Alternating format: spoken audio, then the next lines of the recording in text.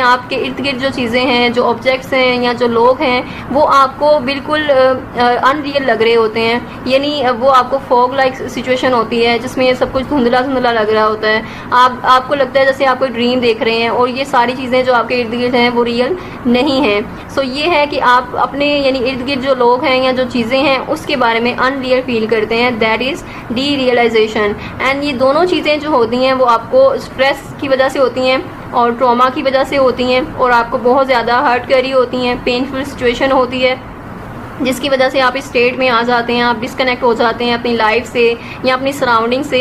So this was about the depersonalisation and derealisation disorder. I hope I made it clear. This was just an overview. और इसका बाकी का जो diagnostic criteria होता है उसको मैच करना होता है या मीट करना होता है किसी को डायग्नोस करने के लिए। एंड आफ्टर दैट उसके ट्रीटमेंट होता है। सो मिलते हैं नेक्स्ट वीडियोज़ में नेक्स्ट डिसऑर्डर्स के साथ। Till then take care.